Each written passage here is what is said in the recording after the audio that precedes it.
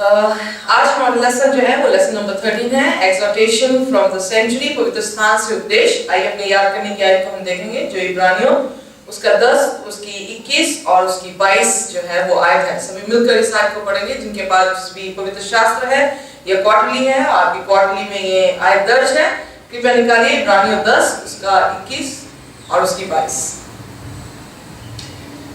और इसलिए कि हमारा ऐसा महान याजक है जो परमेश्वर के घर का अधिकारी है, तो आओ हम सच्चे मन और पूरे विश्वास के साथ और विवेक को दोष दूर करने के लिए हृदय पर छिड़काव लेकर और देह को शुद्ध जल से धुलवा कर परमेश्वर के समीप जाए।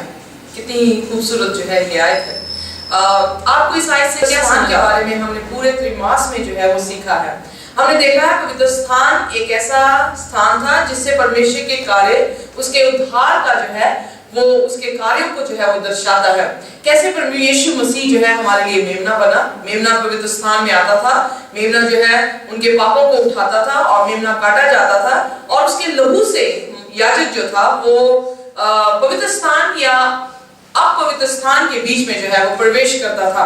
हम देखते हैं कि इंसान जो पापी था, परमेश्वर से उसकी दूरी जो है वो उस सेंचुरी में हम देखते हैं, पवित्र स्थान में देखते हैं कि इंसान बाहर होता था और परमेश्वर अपवित्र स्थान में जो है, बहुत ही पवित्र स्थान में जो है वो रहते थे। सो हम देखते हैं कि वो दूरी को जो है वो बदलने के लिए परमेश्वर ने सेंचुरी के ऐसे कार्य को शुरू किया जिसमें मेमना बहुत ही जरूरी था, क्योंकि मेमना उस इंसान के पापों को अपने ऊपर ला लेता था, यानी अपने ऊपर ले लेता था। इससे मनुष्य जो था वो पापी नहीं गिना जाता था। सो उस मेमने के लहू को महायाजक जो है वो लेकर वेदी के अंदर जाता था और विनती करता था कि पिता, इसने मेमने पे विश्वास किया है, इस पर तू क्या कर, दया कर। सो ये पूरा का पूरा कार्य उद्धार का कार्य है जो हमें देखने को मिलता है। कैसे एक मनुष्य जब यीशु मसीह को, जो जगत का मेमना है, उस पर विश्वास करता है, उस पर अपने अंगीकार करता है, अपने पापों का अंगीकार करके और स्वीकार करता, पश्चाताप करता है, तो यीशु मसीह उसके पापों को अपने ऊपर लेता है और फिर अपने ही लहू को लेकर, जो बिल्कुल पवित्र लहू था, उस लहू को लेकर पिता के सामने जाकर विनती करता है। So very simple, okay. So पूरा निचोड़ जो है हमारे पूरे सेबत स्कूल का, इस पूरे त्रिमास का जो है यही है कि परमेश्वर का उद्धार उसके मेमने और उसके याजक के साथ जुड़ा हुआ है। अब यहाँ पे लिखा है कि हमारा महायाजक है, ओके। हमारा जो महायाजक है वो यीशु मसीह है। वो किसी भी अर्थली सेंचुरी में, यानी जो जमीन पर रखी हुई वेदी थी, और उसके अंदर नहीं गया। संडे लेसन बताता है कि वो हेवन में, यानी स्वर्ग में, ये स्वर्गीय वेदी में जो है वो प्रवेश कर दिया है। सो अब ये महायाजक जो यीशु मसीह है वो साधारण महायाजक नहीं है, जैसे हारून था या कोई और याजक जो है इस धरती पर पैदा हुए। ज़करयाह का भी जिक्र आता है, सो वो भी याजक था। पर यीशु मसीह एक खास याजक हुआ कि वो अब दुनियावी वेदी में नहीं प्रवेश हुआ, बल्कि अब सीधा आसमान की वेदी में परमेश्वर के तख्त के सामने जो है वो हमारे लिए प्रवेश हुआ है। महायाजक क्या करता था? Very good. और कुछ? पाप की बलि लेके जाता था वहां। Very good. सो बलि जो है वो लेकर जाता था वहां पर। और कुछ? वो छिड़काव करता था। Very good. और कुछ?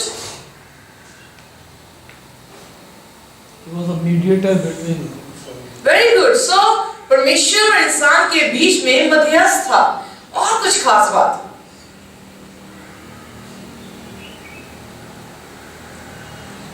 सोचिए, महायाजक और क्या करता था? Very good. सो साल के बीच में एक बार वो परमेश्वर के सिंहासन के पास जो है वो जाता था। कोई मनुष्य, कोई याजक, कोई लेवी जो है वो परमेश्वर के तख्त के सामने नहीं जा सकता था। सिर्फ एक ही था जो महायाजक था, जो तख्त के सामने जाता था और परमेश्वर के समीप होकर वो अपने लोगों के लिए विनती करता था। सो यीशु मसीह अब यहाँ पर वो ऐसा महायाजक है। यहाँ पे हमारी याद करने की आयत होती है, इसलिए कि हमारा ऐसा महान याजक है जो परमेश्वर के घर का अधिकारी है।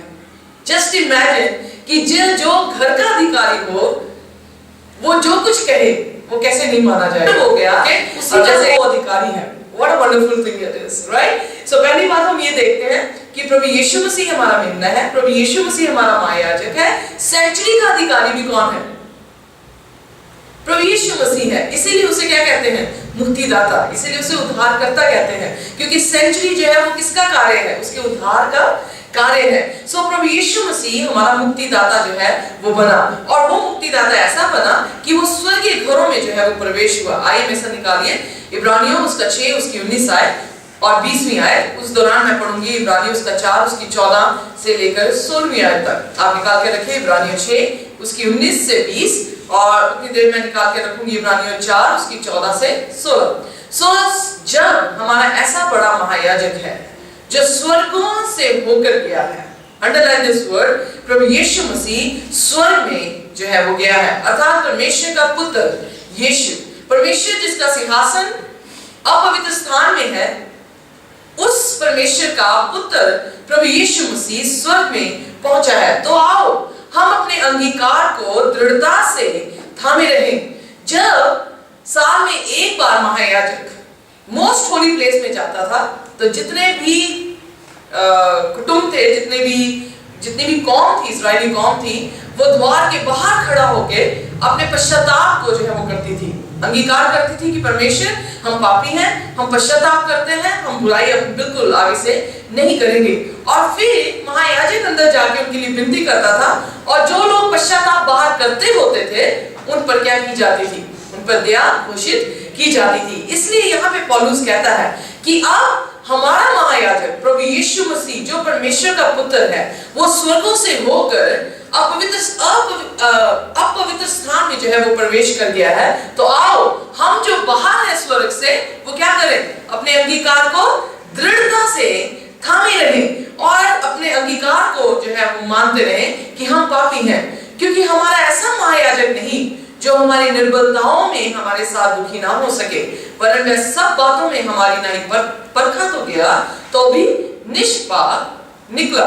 इसलिए आओ हम अनुग्रह के सिंहासन के निकट हियाव बांध कर चले कि हम पर दया हो और वह अनुग्रह पाए जो आवश्यकता के समय हमारी सहायता करे। सो हियाव जो है वो हमें इसी से मिलता है कि हमारा एक ऐसा महायाजक है जो हमारी निर्बलताओं में हमारे साथ दुखी भी होता है, क्योंकि वो हर दुख में परखा गया, निष्पाप जो है वो ठहरा। सो यीशु मसीह ऐसा मेमना है जो बिना पाप के था। यीशु मसीह की बलिदान ऐसी बलिदान था जो बिल्कुल पाप से रहित था। सो इसलिए उसका लहू सीधा स्वर्ग में जो है वो अर्पण हुआ और उसे स्वीकार भी किया गया। अब में सब पढ़िए इब्रानियों 6 उसकी 19 आयत।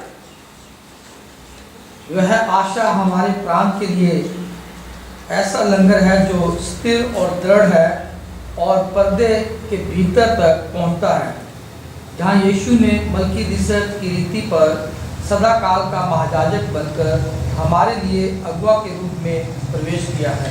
ओके, यहाँ पर हम देखते हैं अंडरलाइन दिस वर्ड कि वो पर्दे के भीतर तक पहुंचता है। अब यीशु मसीह पर्दे के भीतर क्या था? परमेश्वर का तख्त था, मर्सी सीट थी। ओके, वहां पर 2 फरिश्ते जो है परमेश्वर की हुजूरी में खड़े रहते थे और उसे अपने पंखों से ढांके थे। सो इसलिए अब यीशु मसीह सिर्फ पवित्र स्थान में नहीं, बल्कि यीशु मसीह पवित्र स्थान के साथ साथ अपवित्र स्थान में भी जो है वो प्रवेश कर सकता है। और फिर क्या लिखा है? वो सदा काल का महायाजक है। ये सारी वर्सेस हमने ऑलरेडी सीख ली हैं, पर एक बार फिर हम इसको दोहराएंगे। अब ये पर्दा के भीतर, और ये पर्दा जो है वो क्या है? आइए मिसल निकालिए इब्रानियों उसका 10 और उसकी 20वीं आयत में लिखा, जो उसने पर्दे अर्थात अपने शरीर में से होकर हमारे लिए अभिषेक किया है। वो पर्दा क्या है? वो पर्दा उसका शरीर है। जैसे आप देखते हैं यीशु मसीह क्रूस पर मरे, जब उसका बदन जो है वो तोड़ा गया, तो क्या हुआ? हैकल का पर्दा ऊपर से लेकर नीचे तक जो है वो फट गया। उसका अर्थ क्या था? उसका अर्थ ये था कि अब यीशु मसीह ने वो दुनिया क्या कर दी? खत्म जो है वो कर दी। अब जो वो पर्दा लोग परमेश्वर को देख नहीं सकते थे, अब वो पर्दा क्या कर दिया गया? उठा दिया गया कि अब यीशु मसीह के जरिए से हम पिता के स्वरूप को जो है वो देख सकते हैं। इसीलिए यीशु मसीह बार बार कहते हैं, मैं जिसने मुझे देखा उसने पिता को देखा, मैं पिता में हूँ और पिता मुझ में है। सो थॉमस कहता है हमें पिता को दिखा, तो प्रभु यीशु मसीह उससे क्या कहते हैं, अभी तक तू पिता को नहीं जानता, अभी तक तूने पिता को नहीं देखा, जिसने मुझे देखा है उसने पिता को देख लिया है। सो यीशु मसीह का शरीर, यीशु मसीह के शरीर में आने का अर्थ ये है कि वो शरीर में इसलिए आया ताकि हम मनुष्य जो शरीर के हैं वो परमेश्वर के स्वरूप को, उसके चरित्र को जो है वो देख सके। हमने उसके चरित्र को देखा कि उसका चरित्र जो है वो प्रिय वाला था, यानी प्रेम पूर्वक था। हमने देखा कि वो हलीम था, हमने देखा कि वो दास बन गया, हमने देखा कि प्रभु यीशु मसीह किसी के दुख में भी खुश नहीं हुआ बल्कि उनके दुखों में उनका सहभागी हुआ। हमने देखा कि परमेश्वर अपने हुक्मों में वफादार है, जैसे उसने हमें कहा कि हुक्म मानो, उसने देह में आकर उन हुक्मों को वैसे ही माना। इसलिए यीशु मसीह ने कहा ये मत समझो कि मैं भविष्यद्वक्ताओं को या व्यवस्था को जो हूँ वो तोड़ने आया हूँ, बल्कि मैं भविष्यद्वक्ता और व्यवस्था को पूरा करने आया हूँ। तो जो कोई भी छोटी से छोटी व्यवस्था को मानता है वो स्वर्ग की बादशाह में बड़ा जो है वो गिना जाएगा। सो प्रभु यीशु मसीह के वचन में बार बार यही दर्शाया गया। हम वेदी में देखते हैं, वेदी में मेमना यीशु मसीह को दर्शाता है, वेदी में पानी यीशु मसीह को दर्शाता है, पानी जीवन का जल। उसके बाद हम देखते हैं रोटियां, परमेश्वर का वचन। सो यीशु मसीह वो आसमान से गिरी हुए मन्ने के रूप में आया। सो वो सेंचुरी में, पवित्र स्थान में रोटियां भी यीशु मसीह को दर्शाती हैं। हम वेदी को देखते हैं जिसमें प्रार्थनाएं हैं, हम देखते हैं यीशु मसीह हमारे लिए प्रार्थना बन गया, हमारे लिए ऐसी विनती बन गया, हमारे लिए ऐसी कुर्बानी बन गया जो पिता के लिए बहुत ही सुगंधित थी। ओके, फिर हम देखते हैं कि वो 7 दीवट जो है, प्रभु यीशु मसीह कहता है मैं जगत की क्या हूँ, ज्योति हूँ। सो यीशु मसीह वो दीवट है। फिर हम देखते हैं वो पर्दा जो पवित्र स्थान और अपवित्र स्थान के बीच में पर्दा था, वेल था, वो पर्दा भी यीशु मसीह है।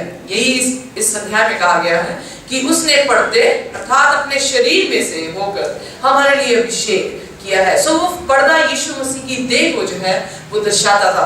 सो यीशु मसीह पर्दा बन गया, यीशु मसीह हमारा महायाजक बन गया, यीशु मसीह ही हमारा न्यायाधीश है। यीशु मसीह उसी तख्त पे बैठा है जहां पर वो हमारा न्याय करता है। सो पिता ने अधिकार यीशु मसीह को दिया है कि वो जगत का क्या करे, न्याय जो है वो करे। सो सेंचुरी में आप देखते हैं यीशु मसीह हमारे लिए सब कुछ जो है वो बन गया। अगर आप अंधकार में हैं तो यीशु मसीह ज्योति बन गया, अगर आप भूखे हैं तो यीशु मसीह आपके लिए रोटी बन गया, अगर आप जो है पीड़ा में हैं यीशु मसीह आपके लिए बिरती बन गया, अगर आप पापी हैं यीशु मसीह आपके लिए मेमना बन गया, अगर आपको वकील की जरूरत है यीशु मसीह आपका वकील बन गया, अगर आपको न्यायाधीश की जरूरत है, अगर आप जेल में हैं तो न्यायाधीश आपको क्या कर देगा, रिहा कर देगा। यही यीशु मसीह मत्ती उसका 25 अध्याय में कह रहा है, बकरियों को और भेड़ों को। कहता जब मैं भूखा था तुमने मुझे रोटी नहीं दी, जब मैं प्यासा था तुमने मुझे पानी नहीं दिया, जब मैं दुखी था तुमने मेरी सुधि नहीं ली, जब मैं जेल में था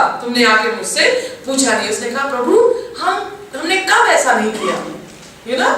सो कौन भूखे हैं? आत्मिक रीति से हम देखें, भूखे वो लोग हैं जिन्हें परमेश्वर का वचन नहीं मालूम। क्या आपने वो रोटी, यीशु मसीह की रोटी उन लोगों को दी है या नहीं दी है? अगर दी है तो प्रभु यीशु मसीह कहेगा तुम मेरे वफादार दास हो, आओ मेरे साथ मेरे स्वर्गीय घरों में प्रवेश करो। पर अगर वो रोटी आपने नहीं दी तो परमेश्वर आपसे कहेगा तुम बकरियों यहाँ से दूर हो जाओ, और आग और गंधक में तुम्हें क्या कर दिया जाएगा, खत्म जो है वो कर दिया जाएगा। कहता जो प्यासा था तुमने पानी दिया। कौन सा पानी दिया? जिसे यीशु मसीह की प्यास थी, जिसे वो सत्य की प्यास थी। क्या हमने वो सत्य किसी के साथ बांटा था या नहीं बांटा था? सो इन्हीं आधारों पर हमारा न्याय जो है वो किया जाएगा।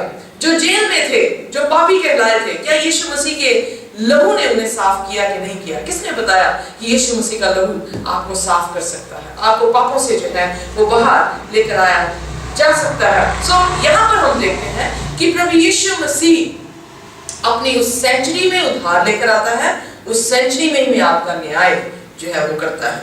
उस सेंचुरी, उस वेदी, उस पवित्र स्थान में जो चीजें हैं उसी के आधार पर वो आपका न्याय करता है। सो जस्टिफिकेशन कोर्टयार्ड मिनिस्ट्री में हम देखते हैं, जहां पर कोई भी पापी आता था, पापी अपना अंगीकार करता था, मेमना काटा जाता था। उसके बाद पवित्र स्थान में हम देखते हैं हमारा सेंटिफिकेशन, हमारा सिद्धता को जो है वो दर्शाता है। जब एक बार आप प्रभु यीशु मसीह को अपनाते हैं, बपतिस्मा लेते हैं, उसके बाद आपका सेंटिफिकेशन, पवित्र स्थान में जो कार्य है उस कार्य को परमेश्वर आपके जीवन में स्टार्ट करता है, शुरू करता है। उसमें क्या है? आप परमेश्वर के वचन को खाते हैं, आप परमेश्वर के लिए ज्योति, जगत की ज्योति बनते हैं, फिर आप परमेश्वर के साथ विनती करते हैं। ओके, सो क्रिश्चियन लाइफ 3 चीजों में जो है आधारित है। कौन कौन सी चीजें? एक परमेश्वर के वचन को पढ़ने वाला सच्चा मसीह है। सच्चा मसीह वो है जो परमेश्वर से बातचीत करता है, अपना समय बिताता है यीशु के साथ। और तीसरा, जो प्रभु यीशु मसीह के उस समाचार को बाहर लेकर जाता है और लोगों तक पहुंचाता है। ये ऐसे 3 खंबे हैं जो आपको सच्चा मसीह बनाता है। और अगर आप इसमें सिद्ध हो जाते हैं इन तीनों में, परमेश्वर आपको अगले तंबू के अगले कमरे में जो है लेकर जाता है, दैट इज ग्लोरिफिकेशन, जहां पे परमेश्वर अपनी महिमा में है। और वही लोग ग्लोरीफाइंग होंगे, वही लोग महिमा से भरेंगे जो यीशु मसीह को जब आसमान से आते हुए देखेंगे, आंख झपकते वो क्या हो जाएंगे? बदल जाएंगे। सो वो अमरता को क्या कर लेंगे? पहन लेंगे। सो स्वर्गीय घरों में प्रवेश करेंगे। आदम और हवा ने अमरता पहनी हुई थी, पाप किया, नीचे गिर गए। पर जो पवित्र स्थान के उस स्टैंडर्ड में अपने आप को स्टैंडर्डाइज करेगा, यानी उसके साथ साथ चलेगा, प्रभु यीशु मसीह के साथ चलेगा, वो फिर दोबारा से बाग एदन में प्रवेश करने पाएगा, वही आशीषें पाएगा जो आदम और हवा ने छोड़ दी थी। आइए मंडे लेसन हम देखते हैं। इसमें मंडे लेसन में लिखा क्लेंस एंड सिंसियर। इब्रानियों 10:22 में लिखा, तो आओ अब हम ये जानेंगे यीशु मसीह सब कुछ है हमारे लिए। हम ये जानेंगे कि पिता का स्वरूप यीशु मसीह की देह में हमें दिखाई दे दिया है। हम ये जानेंगे कि हमारा जीवन जैसा यीशु मसीह का था वैसा होना अवश्य है, यह बहुत ही जरूरी है। अगर हम सब कुछ जान गए हैं कि यीशु मसीह रोटी है, ज्योति है, हमारी बिंदी है, हमारा याजक है, हमारा न्यायाधीश है, आओ हम सच्चे मन और पूरे विश्वास के साथ और विवेक को दोष दूर करने के लिए हृदय पर छिड़काव लेकर और देह को शुद्ध जल से धुलवाकर परमेश्वर के समीप आए। अंडरलाइन दिस वर्ड, जो मैं अभी आपके सामने जो है शब्द बोलने वाली हूं। आओ हम सच्चे मन। Underline this word. जब आप यीशु मसीह को जान लेते हैं, फिर आपका मन सच्चा होना बहुत ही जरूरी है। इसीलिए यीशु मसीह ने कहा, जिनके मन शुद्ध है वे परमेश्वर को देखेंगे, वही ग्लोरिफिकेशन में प्रवेश करेंगे, वही अब पवित्र स्थान में जो है वो प्रवेश करेंगे, क्योंकि आप भी याजकों का समाज है, आप भी पवित्र स्थान है। अगर आप पवित्र स्थान है, इसका अर्थ यह है कि फिर परमेश्वर का आत्मा आप में आकर वास करेगा। अगर आप याजक हैं, इसका अर्थ यह है कि आप लोगों के बीच में और परमेश्वर के लोग और परमेश्वर के बीच में ऐसे विनती का खंभा खड़ा होंगे कि लोगों की जिंदगी जो है वो बचाई जाएगी। यही यीशु मसीह का कमीशन था, यही सबसे बड़ा कमीशन यीशु मसीह देके गए। क्या देके गए? जाओ सारे जगत में प्रचार करो, पिता पुत्र पवित्र आत्मा के नाम से बपतिस्मा दो, जो कुछ मैंने सिखाया है उन्हें जाके सिखाओ, देखो अंत तक मैं तुम्हारे साथ हूं। सो यही कमीशन है। What is the commission? Oh wonderful. You know, century आपको पूरा का पूरा बाइबल समझा देती है कि पूरी बाइबल का निचोड़ क्या है। सेंचुरी से पता लगता है कि बाइबल का कोई और निचोड़ नहीं। आप यीशु से प्रेम करें, आप अपने भाई से प्रेम करें। क्रूस यही है, यू नो, परमेश्वर से प्रेम कर, अपने भाई से प्रेम कर। 10 हुक्म क्या है? 4 हुक्म परमेश्वर की तरफ है, 6 हुक्म अपने भाई की तरफ है। Complete, Bible is complete. Okay, so यहां पर उसने कहा अपने पूरे सच्चे मन से। सो हमें अपना मन जो है वो सच्चा करना पड़ेगा। कैसे आप सच्चा मन कर सकते हैं? How you can be sincere or come with a sincere heart? आप अपनी पत्नी के साथ, अपने पति के साथ कैसे सिंसियर रह सकते हैं? कोई चीजें छुपाकर, या आप उनसे ना बताते हुए किसी की मदद कर रहे हैं, ये सिंसियर हार्ट है? No.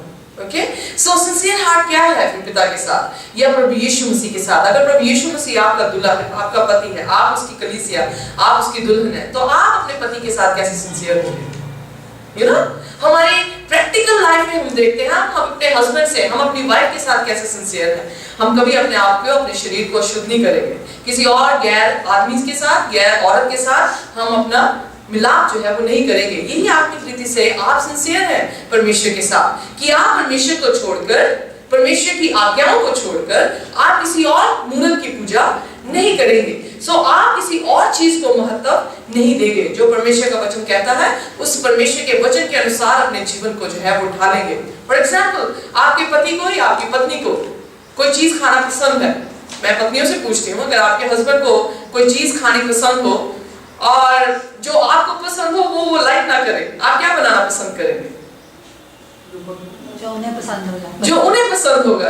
मैं पत्नियों का तो पता, पतियों का मुझे पता नहीं, तो पत्नियों का मुझे पता है कि लाइक बिकॉज मैं अपने घर में शलगम भी खाती थी, कद्दू भी खाती थी, टिंडे भी खाती थी, पर जब से मेरी शादी हुई ना मैंने आज तक शलगम खाया, ना मैंने टिंडा खाया, टिंडा नहीं खाया, अभी मैंने किसी के घर में खाया, अपने घर में मैंने टिंडा जो है वो नहीं बना। सो जस्ट इमेजिन, क्यों? क्योंकि मेरे हस्बैंड जो है जो पसंद करते हैं वही खाना जो है वो घर में अच्छा लगता है कि मैं बनाऊं। अपने लिए नहीं मैं सोचती, मैं अपने हस्बैंड के लिए सोचती हूँ कि जो उन्हें अच्छा लगता है वो मैं कुक करूं। सो लाइकवाइज सिंसियर हार्ट क्या है? अगर यीशु मसीह हमारा पति है तो फिर जो यीशु को पसंद है वो वैसा ही हम अपने चाल चलन को करेंगे। क्या यीशु को पसंद है कि हम शराब पिए? यीशु को पसंद है कि हम व्यभिचार करें? तो फिर कैसे सिंसियर हार्ट है? यीशु मसीह को पसंद है कि हम उसके साथ बातचीत करें प्रार्थना में और बाइबल का वचन पढ़ें, बाइबल की गहराइयों में जाएं, सुसमाचार लेकर बाहर जाएं। इन सभी बातों को अगर हम देखें, यीशु मसीह को पसंद है कि हम उसके 10 हुक्मों को मानें, उसके शपथ के दिन को भी जो है वो मानें। अगर हम अपने पति की इच्छा के अनुसार नहीं चल रहे तो फिर हमारे दिल शुद्ध नहीं है। सो वही शुद्ध हो सकता है जो ये जान जाए कि मेरा पति ही मेरा सब कुछ है।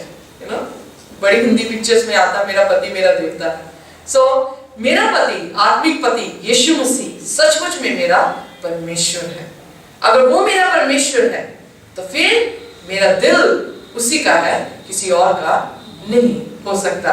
सो आइए, ये सेंचुरी का उपदेश हमें ये दिखाता है कि सचमुच में वो आपका पति है, सचमुच में उसने आपके लिए बलिदान दिया है। ऐसा पति नहीं है जो शब्दों से कहे कि तू मेरी पत्नी है और काम उसके निकम्मे हो, पर वो बिल्कुल वफादार पति था जिसने आपके लिए जान दे दी और ऐसी जान दी कि मौत तक वफादार रहा। उस पति के जब हम जान लेते हैं उसके प्रेम को, फिर ये सिंसियर हार्ट, फिर ये पाक दिल जो है हमारे दिल में आ सकता है। फिर उसके बाद सेकंड है पूरे विश्वास के साथ। विश्वास कैसे आता है?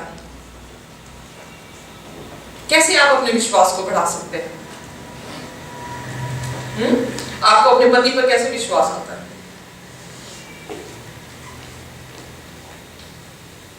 कैसे विश्वास करते हैं आप अपने पति पर कि वो अच्छे हैं, वो आपसे प्रेम करते हैं? ये कैसे आप विश्वास करते हैं कि आपकी पत्नी आपसे प्रेम करती है?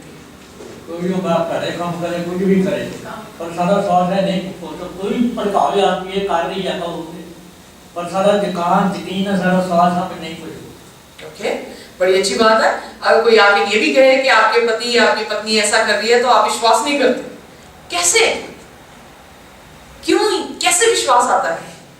कि हम अपनी पत्नी से या पति से दिल से प्यार करते हैं कि हमें कभी महसूस नहीं करते कि ऐसा काम वो कर सकती है। जब कभी भी पत्नी या पति अपने पति से या पत्नी से झूठ ना बोले तब विश्वास उत्पन्न होता है। उसके कार्यों से, उसके डायलॉग से, कि वो हर एक सिचुएशन को कैसे आपको दिखाता है या दिखाती है, तो आपको विश्वास होता है कि मेरी पत्नी या मेरा पति कुछ भी ऐसा नहीं कर सकता। बाइबल में कैसे लिखा विश्वास कैसे आता है? परमेश्वर पर विश्वास कैसे आता है? हम देखिए, ये तो विश्वास की परिभाषा है, पर विश्वास कैसे आता है? रोमियो 10:17 में क्या लिखा है? विश्वास कलाम को पढ़ने से आता है, क्योंकि कलाम क्या है? झूठ नहीं, कलाम क्या है? सत्य है। कलाम ये बताता है, पूरा व्याख्या देता है कि परमेश्वर ने आपके साथ क्या किया है। इसलिए जब आप परमेश्वर के कलाम को पढ़ते हैं, जब आप उसकी सूरत को देखते हैं कलाम में कि उसकी सूरत सचमुच में आपसे प्रेम करने वाली सूरत है, आपके लिए वो दीन बन गया, आपके लिए वो दास बन गया, आपके लिए वो मेमना बन गया, आपके लिए सेंचुरी का हर एक कार्य उसने कर दिया, फिर आपका विश्वास प्रभु यीशु मसीह पर दृढ़ होता है। इसलिए कहता सेंचुरी का उपदेश जब तुमने सुन लिया है तो आओ, फिर कैसे आए? सच्चे मन से आए। सच्चे मन से कैसे आए? विश्वास के साथ आए। एक विश्वास ऐसी चीज है जो आपको सच्चा मन देगा। अंडरस्टूड? एक विश्वास ऐसी चीज है जो आपको सच्चे मन की तरफ जो है वो ले जाएगा। तीसरी चीज, विवेक को दोष दूर करने के लिए हृदय पर छिड़काव लेकर। अब यहाँ पर कॉन्शियस, इंग्लिश में बड़ा अच्छा लिखा है, come with our hearts sprinkled clean from an evil conscience। हमारे विवेक, हमारा सोचना, जो बुरा सोचना है, उसको क्या करना है? साफ करके रखना। बुराई, ये मैं एक पुस्तक में लिखा 17 अध्याय में कि दिल जो है वो बहुत ही बुरा है, दुष्ट है, और इसकी सोच भी जो है वो बुरी है। चेलों ने कहा, लोगों ने कहा, यीशु तेरे चेले जो है वो हाथ होकर नहीं खाते। यीशु मसीह ने कहा, जो मुंह से गया वो तो बाहर आ जाएगा, पर जो दिल से आया वो पाप लेकर आता है। जो दिल में हमारे सोच आ गई, इंटेंशंस हमारी कैसी हैं, बाइबल में यहाँ पे लिखा, इसलिए अब इंटेंशंस को साफ कर यीशु मसीह के पास आओ। अपनी बुरी कॉन्शियस को, अपनी बुरी सोच को साफ करते हुए अब क्या करो? यीशु के पास आओ। कैसे साफ कर सकते हैं? अगर आपके दिमाग में कोई गलत सोच आई, उसी समय आप कहें कि दफा हो जाओ, गंदी सोच को कहे कि बुरी सोच दूर हो। यीशु से कहे, आई एम सो सॉरी कि मैंने ये सोच भी लिया। अगर किसी यीशु मसीह को गंदी नजर से देख लिया या सोच ही लिया, तो क्या कर लिया? व्यभिचार कर लिया। वो पाप जो है वो गिना जाता है। इसलिए कहता, आओ हम सच्चे मन से, विश्वास से और अपनी गंदी सोचों को दूर करते हुए। इससे क्या दर्शाया जाता है? गंदी सोचों से दूर करके, यानी इसका अर्थ ये है, सिर्फ विश्वास नहीं, कार्यों के साथ आना पड़ेगा। बहुत सारे क्रिश्चियन वर्ल्ड में क्या प्रॉब्लम है? वो विश्वास करते हैं पर उनके कार्य राइट नहीं है। पर बाइबल क्या बताती है? याकूब की पत्री में लिखा, 2 अध्याय में, उसमें क्या लिखा? विश्वास बिना कार्य मुर्दा है। आप विश्वास करते हैं यीशु मसीह पर, यही काफी नहीं, शराबी भी करता है यीशु मसीह पर, शैतान भी करता है, याकूब की पत्री में लिखा, करता है और थरथराता हुआ कांपता है। पर आप में और शैतान के विश्वास में क्या अंतर है? हमारा विश्वास कार्यों के साथ है, पर शैतान का विश्वास कार्यों के साथ नहीं है। एक्चुअली जो विवेक है ये अच्छाई और बुराई के बीच में अंतर करता है। यानी कि मान लो कि मुझे मालूम है कि किसी की चीज़ पड़ी हुई है, अगर मैं उसे उठाऊंगा तो यानी कि मैं दोषी पाया जाऊंगा। अब इसलिए बाइबल में लिखा है कि जो न्याय है वो सिर्फ इंसानों का होगा। हमारा जो जानवर होते हैं उनका विवेक नहीं होता है। मान लो कि उदाहरण के तौर पर एक हड्डी पड़ी हुई है, अगर कोई कुत्ता है तो उस क्या करेगा? उसको मालूम है कि मैंने ये उठानी है। हमें मालूम है कि अगर मैं वो चीज़ उठाऊंगा, मेरी वो चीज़ नहीं है, वो किसी और की चीज़ है, और अगर मैं वो चीज़ लूँगा तो दोषी है। इसीलिए विवेक जो है यहाँ पर लिखा कि विवेक का दोष दूर करके, यानी हमारे जो यानी कि जो इरादे हैं उनको साफ करके हम परमेश्वर के पास जाएं। राइट। इंग्लिश में इरादे, इंटेंशंस, प्लान्स, इंग्लिश में हम कहते हैं कि इनको हमें साफ करने की जरूरत है। इब्रानियों 9:14 में लिखा, जो मसीह का लहू, जिसने अपने आप को सनातन आत्मा के द्वारा परमेश्वर के सामने निर्दोष ठहराया, तुम्हारे विवेक को मरे हुए कामों से क्यों न शुद्ध करेगा। परमेश्वर सेंचुरी में हम देखते हैं कि इवन इंटेंशंस भी जो है परमेश्वर क्या कर रहा है? लोगों की शुद्ध कर रहा है। हम देखते हैं कि जब यीशु मसीह देह में थे, उसके चेलों की इंटेंशंस पहले अच्छी नहीं थी, पर जैसे ही उनमें पवित्र आत्मा प्रवेश किया, उनके मंदिर में एक खुदा का आत्मा आया, तो क्या हुआ? उनकी इंटेंशंस बहुत प्योर हो गए, वो इतने पवित्र हो गए कि पवित्रता ने उन्हें विश्वास दिया, पवित्रता ने उन्हें हियाव दिया। Okay, underline these words, this is a very important words. ये बहुत ही जरूरी जो है वो वर्ड्स हैं, शब्द हैं। उसके बाद क्या कह रहा है? देखो शुद्ध जल से धुलवाकर परमेश्वर के समीप जाए। देखो शुद्ध जल से धुलवाकर। जब पवित्र स्थान में महायाजक प्रवेश करता था, तो वहां पर एक चिलमची थी जिसमें क्या था? पानी था। तो याजक क्या करता था? पानी से अपने हाथों को, अपने पांव को धोकर फिर जो है वो प्रवेश करता था। इसलिए बाइबल में लिखा, पहली चीज सच्चे मन से, दूसरी चीज पूरे विश्वास से, तीसरी चीज अपने विवेक के दोष को भी मिटाकर और चौथी चीज, अपने आप को धोकर,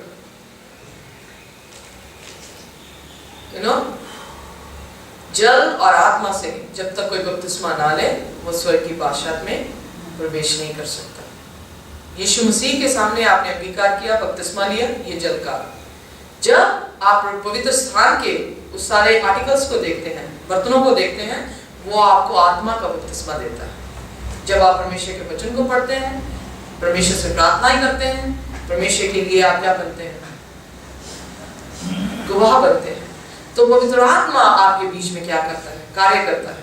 जब कोर्टयार्ड में जो हो रहा है उसको अपनाते हैं, पवित्र स्थान में जो हो रहा है उसको अपनाते हैं, इसलिए कहता है जल और आत्मा से जो बपतिस्मा ले ना ले वो स्वर्ग की बादशाहत में, जहां परमेश्वर का सिंहासन है, उसका तख्त है, वो वहां पर प्रवेश नहीं कर सकता। यूहन्ना उसका 3 में लिखा कि वो देख भी नहीं सकता।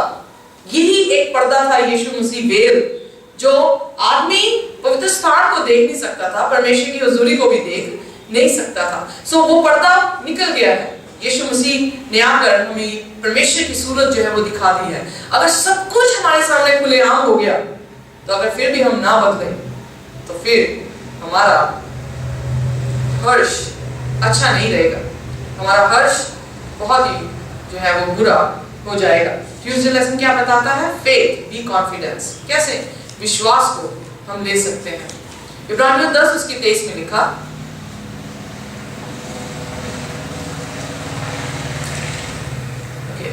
यहाँ पे मैं पढ़ूंगी, इब्रानियों नहीं पढ़ रही, मैं आपके सामने पढ़ देते हैं। इब्रानियों 10 उसकी 23, और अपनी आशा के अंगीकार को दृढ़ता से थामे रहें, क्योंकि जिसने प्रतिज्ञा किया है वह सच्चा है, और प्रेम और भले कामों में उकसाने के लिए एक दूसरे की चिंता किया करें, और एक दूसरे के साथ इकट्ठा होना ना छोड़ें, जैसे कि कितनी की रीति है, पर एक दूसरे को समझाते रहें, और ज्यों-ज्यों उस दिन को निकट आते देखो, त्यों-त्यों और भी अधिक ये किया करो। Why gathering?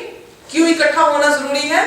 क्योंकि जब परमेश्वर न्याय करता था हैकल में, वेदी में, तो लोग सभी इकट्ठे होकर बाहर क्या करते थे? विनतियां करते थे। इसलिए कहता जब वो दिन बहुत निकट आते देखो कि यीशु मसीह न्याय के तख्त पे बैठ गया है, तो क्या करना? एक दूसरे से मिलना जो है वो ना छोड़ना, एक दूसरे की संगति, एक दूसरे को सुधारना, एक दूसरे को उपदेश करना, वो क्या करना? छोड़ना नहीं। क्यों?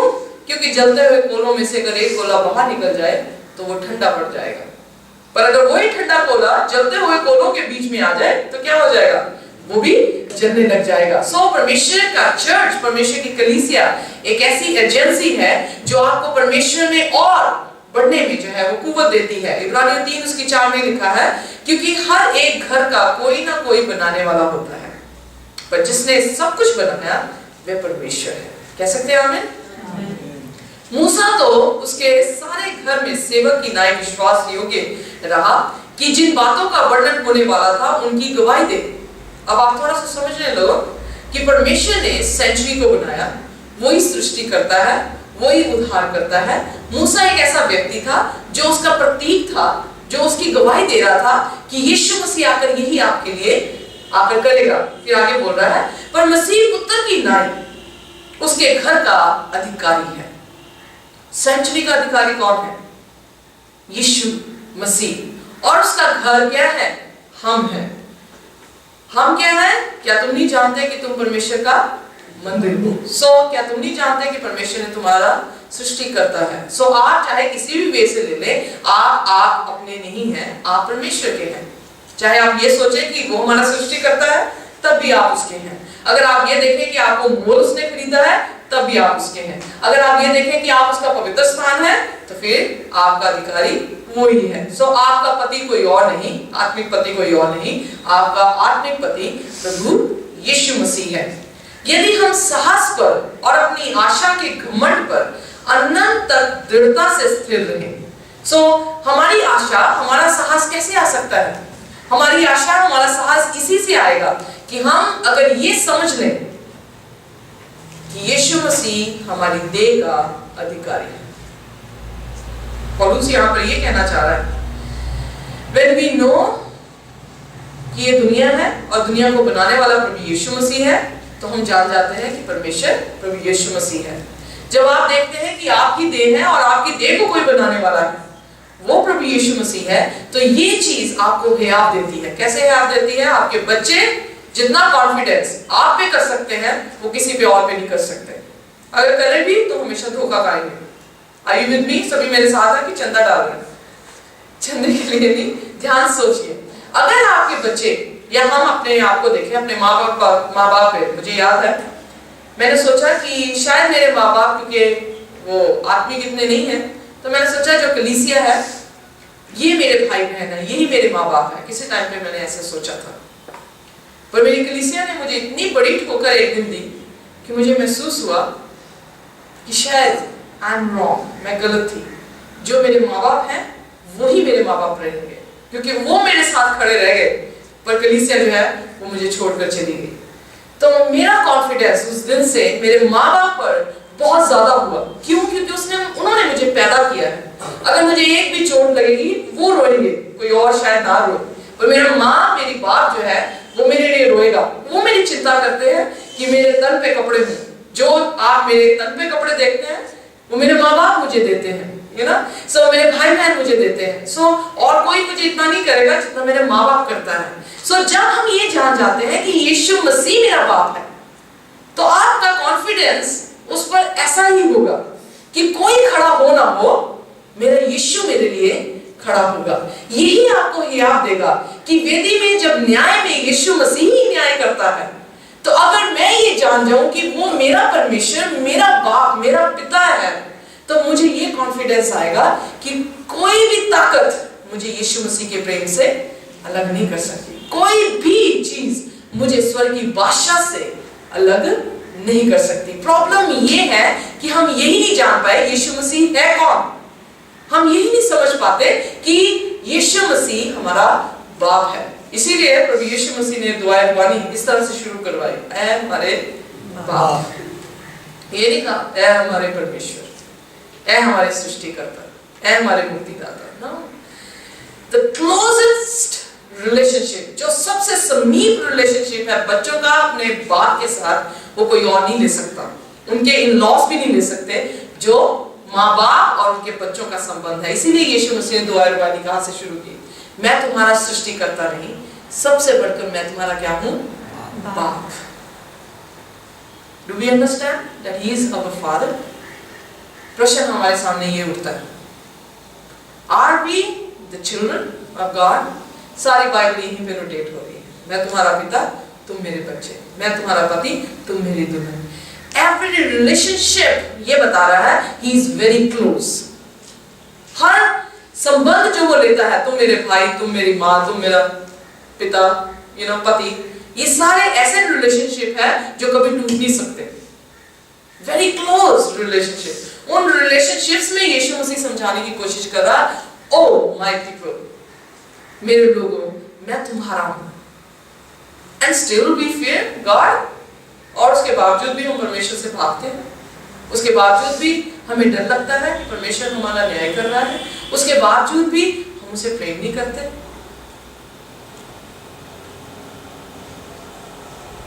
इब्रानियों 4:16 में लिखा है, इसलिए आओ हम अनुग्रह के सिंहासन के निकट हियाव बांध कर चले कि हम पर दया हो और वह अनुग्रह पाए जो आवश्यकता के समय हमारी सहायता करे।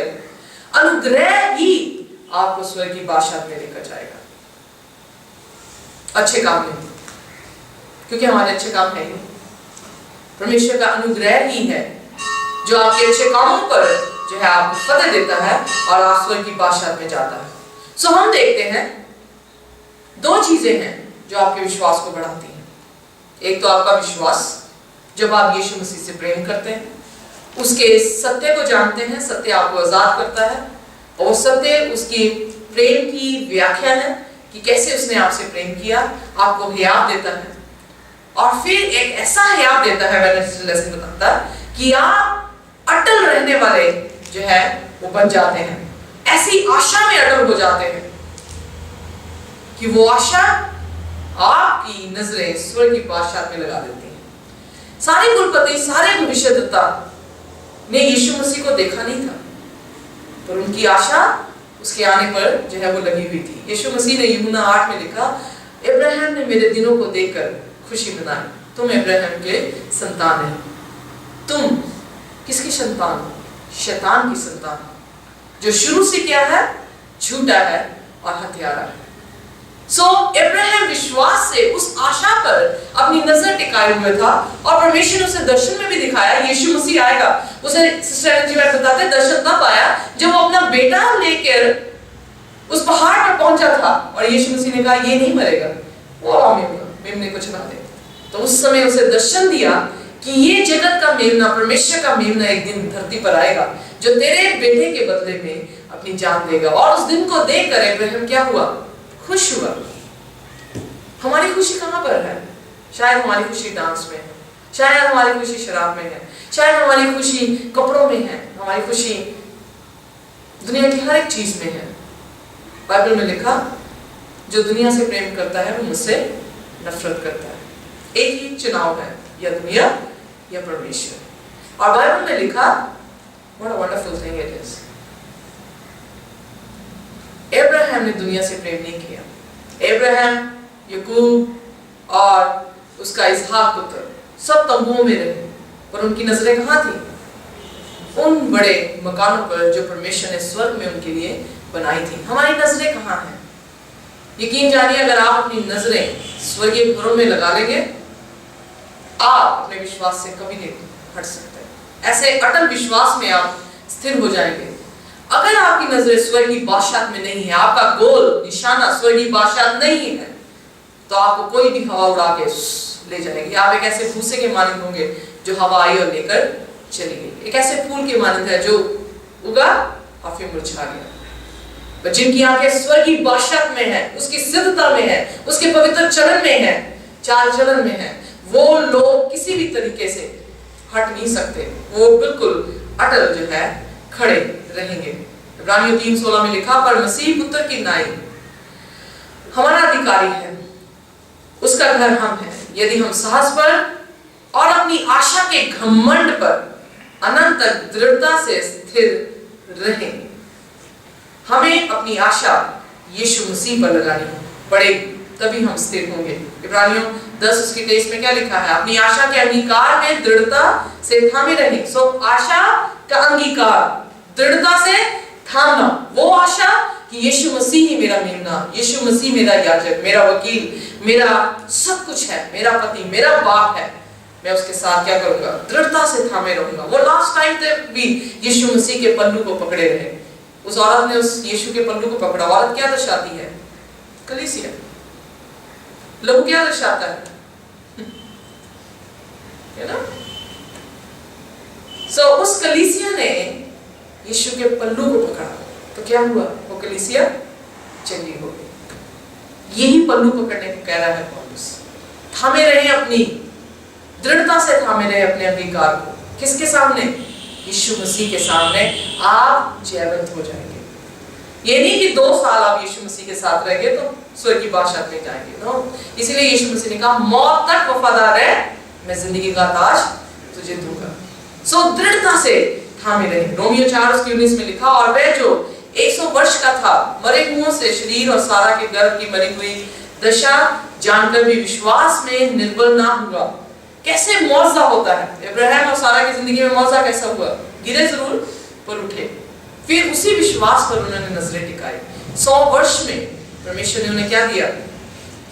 बेटा जो है वो दिया। थर्सडे लेसन में बताता है लव, प्रेम, लव एनकरेज वन अनदर। आइए में से निकालिए कोई भी जन यूहन्ना 13 उसकी 34 और दूसरा जन कोई भी निकाले गलातियों की पुस्तक उसका 5 उसकी 13 है। यूहन्ना 13 उसकी 34, गलातियों 5 उसकी 13। यूहन्ना 13 उसका 34 कोई भी जन से मिला हो तो कृपया। मैं तुम्हें एक नई आज्ञा देता हूँ कि एक दूसरे से प्रेम रखो। जैसा मैंने तुमसे प्रेम रखा है वैसा ही तुम भी एक दूसरे से प्रेम रखो। ओके, प्रभु यीशु मसीह क्या आज्ञा देके गया? जैसे मैंने तुमसे प्रेम किया वैसे तुम भी दूसरों से प्रेम करो। अगर हम बार-बार देखें सुसमाचारों में, मैंने तुम्हें माफ किया तुम दूसरों को माफ करो, मैंने तुमसे प्रेम किया तुम दूसरों को प्रेम करो, मैं तुम्हारा दास बन गया तुम दूसरों के क्या बन जाओ?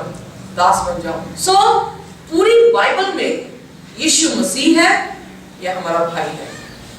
यीशु मसीह से प्रेम कर, अपने भाई से प्रेम कर। यीशु मसीह आपको माफ करता है, अपने भाई को माफ कर। यीशु मसीह आपका दास बन गया, तुम भी दूसरों के क्या बनो? दास बनो। यीशु मसीह अगर रोटी बना है तो तुम उसको, जो भूखे हैं उन्हें रोटी खिलाओ। यीशु मसीह अगर जल है तो जो प्यासे हैं उन्हें क्या करो? पानी पिलाओ। यीशु मसीह अगर आपके पापों के लिए प्रायश्चित है तो तुम दूसरों का मेल यीशु मसीह से करो। यीशु मसीह अगर पवित्र स्थान है तो तुम भी उसके क्या हो? पवित्र स्थान। यीशु मसीह अगर याजक है तो तुम भी याजकों का समाज हो। This is what Bible is. बिना प्रेम के पहला कुरिन्थियों 13 अध्याय में क्या लिखा है? आइए मेरे साथ पहला कुरिन्थियों 13 उसकी 13 आयत पढ़िए। उतनी देर जिसको मैं गलातियों की पुस्तक दी थी, गलातियों उसका 5 उसके 13 अगर आपने खोल के रखा है तो पढ़ दीजिए। है भाइयों, तुम स्वतंत्र होने के लिए बुलाए गए हो, परंतु ऐसा न हो कि ये स्वतंत्रता शारीरिक कामों के लिए अवसर बने, वरन प्रेम से एक दूसरे के दास बनो। ओके, यहाँ पर भी परमेश्वर क्या कह रहा है? प्रेम। God is love. परमेश्वर का चरित्र प्रेम है, वही वो आपको कह रहा है कि आप क्या बन जाओ? प्रेम बन जाओ। आइए पढ़िए मेरे साथ पहला कुरिन्थियों उसके 13 उसकी 13 है। पर अब विश्वास, आशा, प्रेम ये तीनों स्थायी हैं, पर इन सब से बड़ा प्रेम है। Amen। क्या क्या स्थायी है? आशा, विश्वास, आशा और प्रेम। प्रेम। पर सबसे बड़ा क्या है? प्रेम है। क्योंकि अगर प्रेम नहीं तो फिर आशा भी नहीं, प्रेम नहीं तो विश्वास भी नहीं। इसलिए पहले यीशु से प्रेम करना पड़ेगा, तो फिर भाई से प्रेम करेंगे। यीशु पे प्रेम करेंगे तो उस पर विश्वास किया जाएगा। यीशु से प्रेम करेंगे तो एक आशा उत्पन्न होगी। तो सब चीजों का निचोड़ क्या है? प्रेम। बाइबल क्या है? प्रेम। परमेश्वर क्या है? प्रेम। 10 हुक्म क्या है? प्रेम। मेरे भाइयों, मेरे बहनों, परमेश्वर का कलाम का खुलासा बहुत हो चुका है। अब हमारे प्रेम का खुलासा होना जरूरी है। सो आइए अपने प्रेम को यीशु मसीह के प्रति लेकर आए, अपने प्रेम को उस क्रूस के प्रति लेकर आए जिस पे उसने बहुत ही बुरी तरह से हमारे लिए जान दी। एक कहानी महज कहानी ना सोचें, अपनी जिंदगी को भी महज एक खेल ना समझें।